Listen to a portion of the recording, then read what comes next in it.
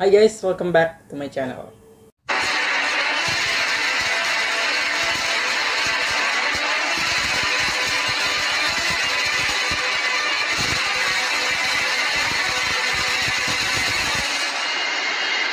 Buat kalian yang baru datang, aku ucapkan selamat datang. Dan jangan lupa menekan tombol subscribe-nya di bawah. Nyalakan juga lonceng notifikasinya.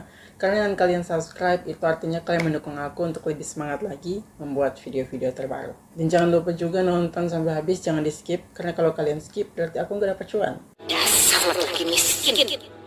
Guys, kalian tahu dong series Azab atau kisah nyata produksi Indosiar yang ceritanya gitu-gitu aja dan mudah ketebak. Ya kalau nggak persoalan selingkuh, berarti rebut-rebut harta gitu. Aku emang sengaja menerima dia sebagai suamiku karena harta. Nah cerita ini tuh beneran ada kisah nyata. Ada seorang wanita yang rela dan tega membunuh suaminya, anaknya, gebetannya demi mendapatkan harta dan uang. Penasaran? Yuk kita mulai.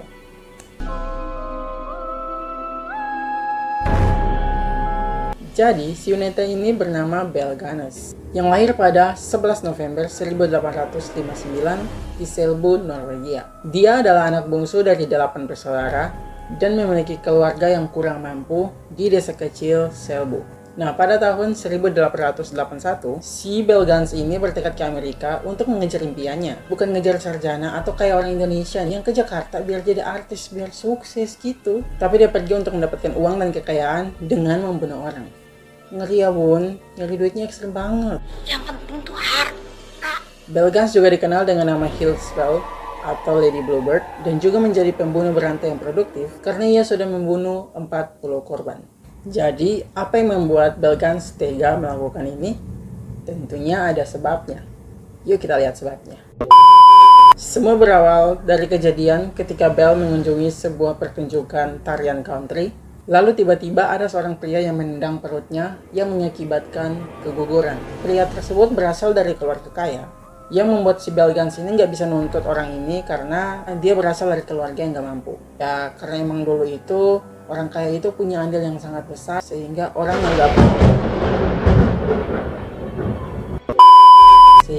yang nggak berkepunyaan nggak bisa ngapa-ngapain sama mereka. Ya sampai sekarang juga sih orang kaya mah bebas, ya kan?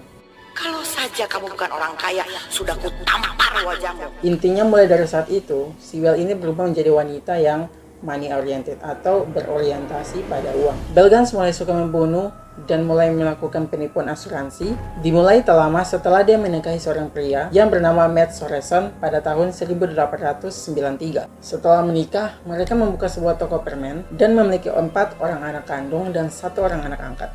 Lalu pada suatu hari, toko mereka terbakar dengan misterius. Untungnya toko mereka ini diasuransi sehingga kebakaran tersebut diganti rugi penuh oleh perusahaan asuransi. Oi, hujan lagi. Sorry ya. Tak lama setelah itu anak mereka juga meninggal yaitu kelelahan nasal karena radang akut. Jadi si Belle Ganes ini meracuni kedua anaknya untuk mendapatkan asuransi jiwa mereka. Pada tahun 1900, suami si Belle Ganes ini meninggal dunia. Karena pada tahun itu alat medis itu masih belum lengkap dan kualitasnya masih sangat rendah. Akhirnya dokter menyimpulkan bahwa si suami dari Belle Ganes ini meninggal karena serangan jantung. Padahal faktanya si Belle Ganes yang meracuni suaminya supaya bisa mengklaim asuransi jiwa dari suaminya. Dengan banyak uang yang sudah dia dapat dari asuransi jiwa anaknya, tokonya, hingga suaminya, Belle Ganes membawa 3 anaknya yang masih tersisa pindah ke La Porte, Indiana pada tahun 1901 dan membeli sebuah pertanian yang sangat besar yaitu berukuran 42 hektar. Pada 1 April 1902, ia menikah dengan seorang tukang daging juga anak tua yang bernama Peter. Tak lama setelah menikah, 1 anak dari Peter ini meninggal dunia. Padahal anaknya itu sehat-sehat aja, tapi tiba-tiba dia meninggal aja secara misterius. 8 bulan usia pernikahan mereka, Peter juga meninggal dunia dan diakibatkan kepalanya terbentur sebuah penggiling daging yang jatuh dari rak dapur. Tapi menurut cerita beredar dari anaknya bernama Jenny Olsen, dia melihat kalau ibunya itu memukul ayahnya menggunakan pisau daging hingga meninggal dunia.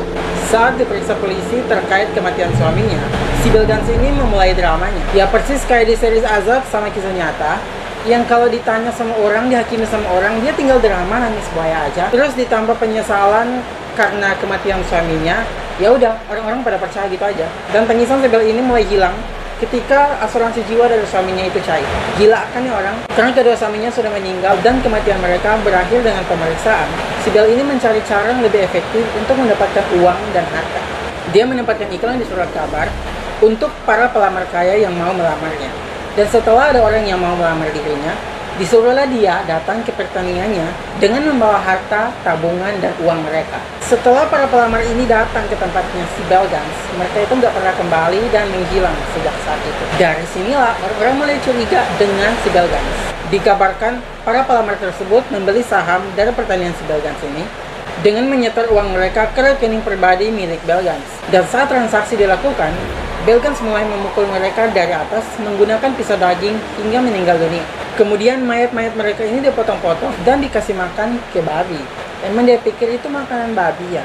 Yang begini nih, kalau matinya bener-bener jadi kerak neraka, boro-boro surga, neraka aja kagak nerima. Kalau nggak dia kasih makan ke babi, berarti dia kubur di kandang babi, biar nggak ada yang curiga soal bau-bau yang nggak enak. Pokoknya setelah itu, banyak dari mereka, para pelamar itu yang nggak pernah kembali ketika berkunjung ke rumah Belle Gans. Pada 28 April 1908, pertanian Belle Gans ini terbakar secara misterius. Dan setelah diperiksa, ditemukanlah 3 mayat anak dari Belle Gans, yaitu Lizzie, Myrtle, dan juga Phillips, yang terkubur di lahannya. Dan di ruang bawah tanah, polisi juga menemukan mayat seorang perempuan tak berkepala, yang diduga adalah mayat dari Belle Gans. Di sana polisi terus mencari dan menggali seluruh pertanian Belle Gans dan ditemukan beberapa potongan kaki, tangan, dan kepala milik korban-korban dari Belle Gans. Dan dalam waktu 2 hari, polisi berhasil menemukan 11 karung goni yang berisikan tubuh manusia. Semua korban yang ditemukan rata-rata memiliki potongan yang sama, yaitu di bagian tangan, kaki, dan juga kepala. Walaupun kebanyakan korban ini sulit diidentifikasi, tapi mayat dari Jenny Olson, anaknya yang melapor ke temannya yang dikabarkan hilang sejak tahun 1906, berhasil dikumpulkan tubuhnya. Setelah mendengar kabar itu, orang-orang mulai berdatangan ke pertaniannya si Belle Gans. Termasuk di sana ada penjual es krim, popcorn, dan juga kue. Namanya juga usaha, gengs. Ada rame di mana ya? Nimbrung aja di situ rame-rame, biar usahanya itu laris manis. Setelah diidentifikasi sebuah mayat tanpa kepala yang tadi diduga adalah si Belle Gans, ternyata itu bukan si Belle Gans. Ini membuktikan bahwa si Belle Gans ini masih hidup dan sedang berada di suatu tempat untuk bersembunyi. Menurut pihak bank, 2 hari sebelum kebakaran terjadi, si Belle Gans ini sudah mengambil semua uangnya, seolah-olah dia tuh udah tahu atau dia udah memprediksi kalau pertaniannya ini akan kebakaran, atau jangan-jangan kebakaran ini adalah ulah dari dia sendiri untuk mengelabui orang-orang biar bisa kabur. Oke, jadi sampai di situ aja kisah dari si Belle Gans ini. Karena sampai sekarang orang-orang tuh nggak tahu keberadaan dari si Belle Gans ini. Dia menghilang secara misterius. Buat kalian ini jangan banget ditiru ya. Apalagi kalian yang suka nonton series azab atau series kisah nyata, awas terinspirasi loh. Oke, jadi segitu aja horror session kali ini. Buat kalian yang mau follow Instagram aku, yuk mari di sini. Dan see you next video. Bye bye.